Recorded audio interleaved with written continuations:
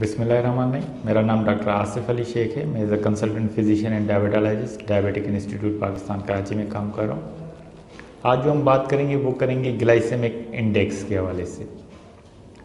Glycaemic index क्या है, कौन से फूड्स का ग्लाइसेमिक इंडेक्स क्या होता है और डायबिटिक पेशेंट कौन से ग्लाइसेमिक इंडेक्स के फूड जो है वो ले सकते हैं।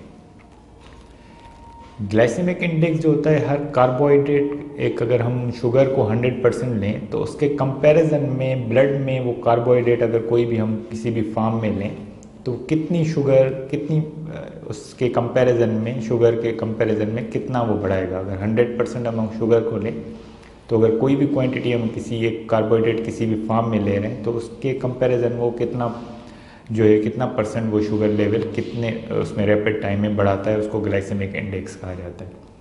और हर कार्बोहाइड्रेट का ग्लाइसेमिक इंडेक्स जो होता है वो डिफरेंट होता है। ग्लाइसेमिक इंडेक्स डिपेंड करता है कि कितनी क्वांटिटी कार्बोहाइड्रेट की हम ले रहे हैं और कितना रैपिडली वो उसकी एब्जॉर्प्शन हो रही है। जितनी रैपिड एब्जॉर्प्शन होगी उतना ग्लूकोज का सर्च ब्लड में ज़्यादा होगा तो उसका ग्लाइसेमिक इंडेक्स बढ़ जाएगा। जितनी क्वांटिटी ज़्यादा होगी उससे भी जो है शुगर का कंटेंट ब्लड में बढ़ जाएगा तो उसका भी ग्लाइसेमिक इंडेक्स बढ़ जाएगा।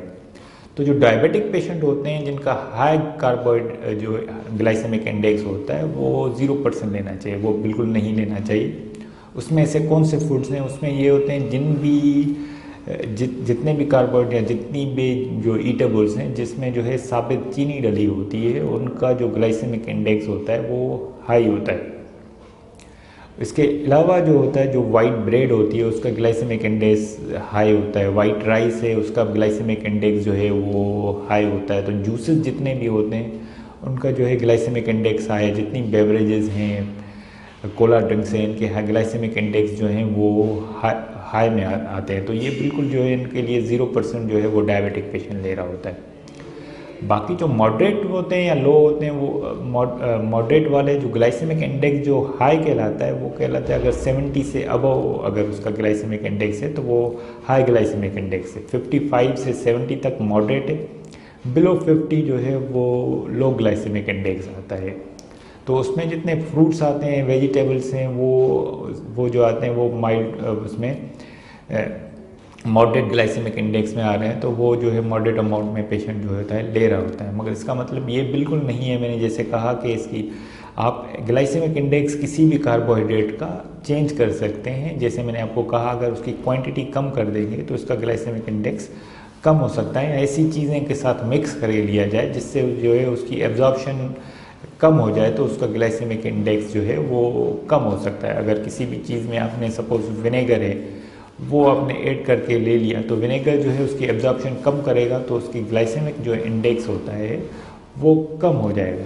अगर जैसे कि ग्रेप फ्रूट है या कोई और फ्रूट्स हैं जो लो ग्लाइसेमिक इंडेक्स में आ रहे होते हैं, अगर उसकी क्वांटिटी ज़्यादा ली जाए तो वो भी मॉडरेट ग्लाइसेमिक इंडेक्स में आ जाते हैं। या उसका अगर फॉर्म चेंज किया जाए, फ्रूट जो नॉर्मल फॉर्म है जिसके साथ फाइबर है और उसको जूस के फॉर्म में कर देंगे तो वो हाई ग्लाइसेमिक इंडेक्स में आ रहा होता है।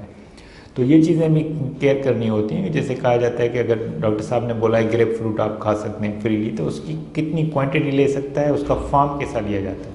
तो ग्रेप फ्रूट का आप जूसेस नहीं ले सकते, मतलब जूसेस जो आते हैं जितने भी होते हैं वो हाई ग्लाइसेमिक इंडेक्स है तो वो बिल्कुल भी यूज़ जो है डायबिटिक पेशेंट को नहीं करने चाहिए।